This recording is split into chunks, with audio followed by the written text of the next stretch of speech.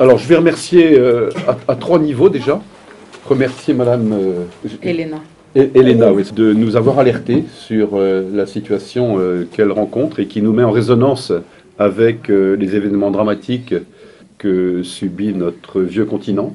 Donc nous sommes vraiment concernés par ce que vit en ce moment votre pays, l'Ukraine, que le risque finalement immédiat serait d'embraser le monde entier par une guerre, une véritable guerre, qui est insupportable, qui est injuste, qui est basée sur le mensonge.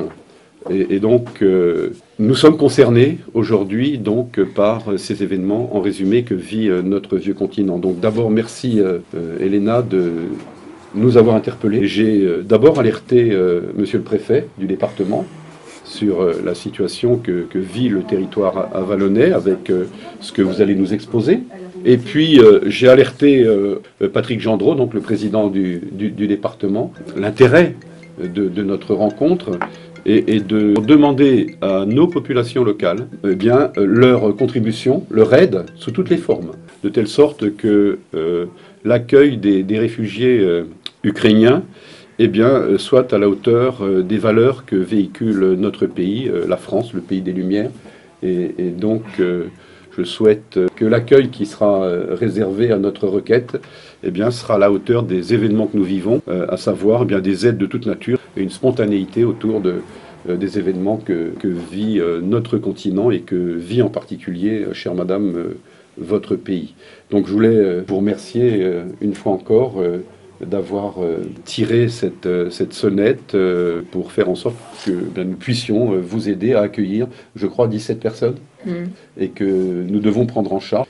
Et puis, vous allez nous dire un mot, mais peut-être avant, Patrick va nous dire son sentiment. Et donc, Madame Goncharova, Elena, avant de vous laisser la parole, parce que c'est vous qui êtes vraiment... Et d'ailleurs, ce qui nous réunit tous ici, effectivement, c'est un élan de solidarité qui nous réunit aujourd'hui. Hein. Une solidarité évidente, bien entendu, nécessaire. Il est tout à fait naturel que nous soyons aujourd'hui derrière le président de la République. C'est vraiment un événement tellement imprévisible, improbable et qui demande justement cette unité nationale. Hein. Et c'est dans cet esprit que nous nous plaçons tous.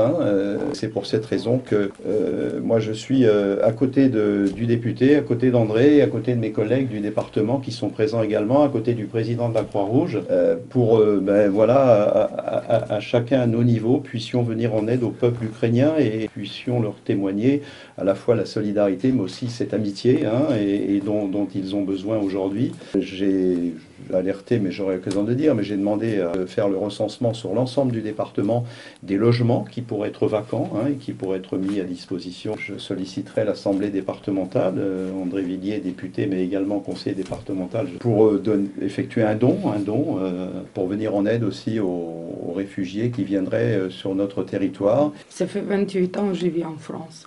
Et à Valence, ça fait 5 ans. On est arrivé avec toute ma famille. J'ai 4 garçons, un qui vit au Canada et 3 ici en France avec moi. Et on savait avec mon mari, ça va se déclencher, mais on ne croyait pas à quel point. Donc voilà, mes parents, heureusement, ils ont été là. Ils voulaient partir et moi j'ai dit, surtout pas, vous partez pas et vous restez. Voilà, les premiers qui sont arrivés, ils ont fait presque 4 jours de route de Kiev, qui était en bombardé. C'est les 2 filles avec le père qui sont passées 4 jours de frontière en voiture. Bon, ils sont arrivés, les autres vont arriver parce qu'ils sont à la frontière de Roumanie, en train de passer. Il y a les autres qui sont en Allemagne déjà. On fait qu'est-ce qu'on peut. J'ai 3 maisons ici à Vallon. Donc toutes les 17 personnes vont être hébergées chez moi. Et les autres,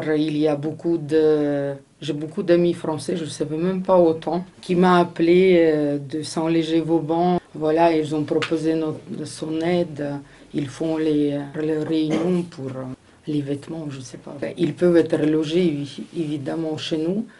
Mais après, le reste, ça va être compliqué avec mon mari s'occuper de tout ça. C'est pour ça que j'ai venu, parce que je ne savais pas quoi faire. Il y a encore les gens âgés qui vont arriver, donc peut-être on a besoin d'aide à l'hôpital, je ne sais pas. Il y a des chiens qui sont arrivés aussi avec les enfants, donc peut-être on peut mettre les enfants à l'école. Il y a une voiture avec 4 personnes qui sont en Allemagne. Mon mari, il n'a pas vu, ça fait 30 ans. C'est catastrophique, ils ont complètement perdu.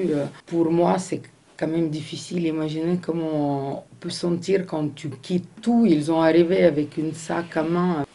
Vous savez, pour l'instant, je crois comme ils sont que 5, ça va, je gère. Mais après, les oreillers, les couvertures, les linges de maison, nourriture, on est info tout le temps, 24 heures sur 24, parce que j'ai mon frère en Ukraine, avec sa femme, avec 2 nièces. Ils sont 200 km de Kiev, parce qu'il est ingénieur dans une usine pétrolière. Heureusement, le président français, il a accepté. Les Ukrainiens, ils peuvent rester sur le territoire français pendant 90 jours. Mais après, il faut faire quelque chose parce que ça va être hyper compliqué. Les gens, ils sont dans le souterrain. Les maisons, ils ont tous écrasé. Les écoles, les maternelles. J'ai moitié russe, moitié ukrainienne. Et aujourd'hui, j'ai la famille à Moscou. Ils ont des enfants qui vont être peut-être prises pour aller à la guerre avec l'Ukraine. Donc les jeunes de Russie, ils faillissent de Russie en ce moment. Je ne sais pas comment ça va se passer.